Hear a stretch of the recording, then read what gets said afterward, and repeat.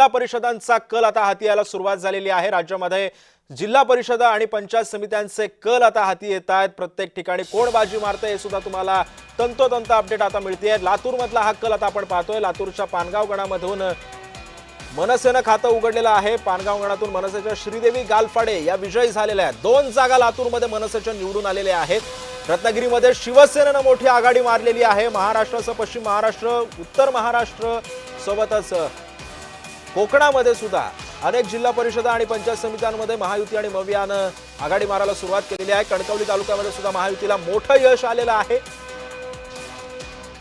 पालकमंत्री नितेश राणेंनी विजयोत्सव साजरा केलेला आहे। रायगडमध्ये सुद्धा जिल्हा परिषदेतून शिवसेनेचे विकास गोगावले हे विजय झाले होते। रायगडमध्ये राष्ट्रवादी विरुद्ध शिवसेना अशी लढत पाहायला मिळाली होती। रायगड जिल्हा परिषदेतून शिवसेनेच्या विकास गोगावलेंनी शिवसेनेचा भगवा फडकवलाय, तर अलिबाग जिल्हा परिषदेमध्ये शहापूर राष्ट्रवादीचे अमित नाईक हे विजयी झालेले आहेत।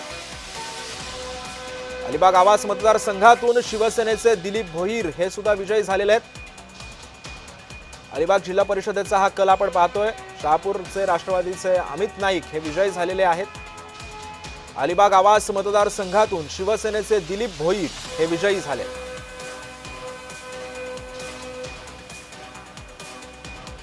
अलिबागचा हा जिल्हा परिषदांचा आपण कल सध्या पाहतोय। आवास मतदारसंघातून विजय घोडदौड सध्या सुरू आहे। तर रत्नागिरी जिल्हा परिषदेमधल्या असगोलीतून ठाकरे गटाचे विक्रांत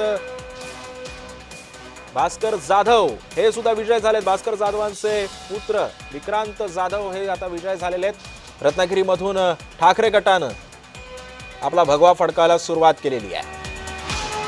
रत्नागिरी जिल्हा परिषदेचा कल आता समोर येतोय। असगोलीमधून ठाकरे गटाचे विक्रांत भास्कर जाधव हे विजय झालेले आहेत। रायगड जिल्हा परिषदेमधून शिवसेनेचे विकास गोगावले हे विजयी झालेले आहेत।